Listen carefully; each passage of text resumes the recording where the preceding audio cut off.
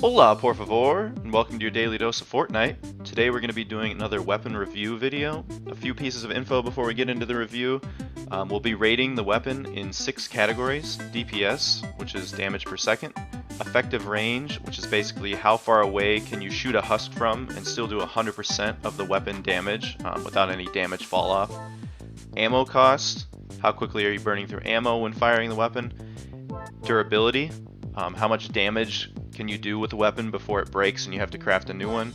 Impact, we're going to rate that on how much impact per second the gun does when you're firing it. And spread, which is basically the recoil and like the bullet grouping while aiming down the sights of the weapon. I'll be averaging the ratings into an overall rating and categorizing the weapon into one of 5 tiers. S tier is the top, amazing weapon, exceptional or above average in every category. A tier, great weapon, above average in most categories. B tier, good overall weapon, but may have a few drawbacks. C tier, below average weapon, underperforms in most categories. D tier, low quality weapon, would not recommend using unless you just really like it.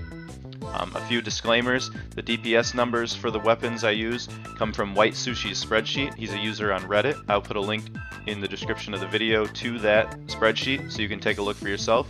And all the numbers I'm using come from the base weapon stats with no perks or hero stats or bonuses added to them. All the averages that I'm comparing the weapon numbers to are based on the 8 standard non-event assault rifles. I'll put a list of those assault rifles in the description of the video as well. Okay, with that out of the way, let's take a look at the Siegebreaker. I have up on the screen here a picture of the model of the gun. This is what it looks like. It has no scope on it. It is a fully automatic weapon. You can see here on the screen, this is just some gameplay of me firing the weapon. I'm standing at the range, the max effective range right now. That's 2 tiles away, so that's how close you'd have to be to the husks to get full weapon damage out of the weapon. And here you can see an example of the spread when fully auto firing. We'll go into the rankings. For DPS, it has a DPS of 276. That is well above the average of 247 for the assault rifles. So I'm going to give that a 5 out of 5. Effective range is 2 tiles. That's a little bit below the average of 2.2 tiles for assault rifles. So I'm going to give that a 2 out of 5. The ammo cost is 720 bullets per minute if you're constantly firing.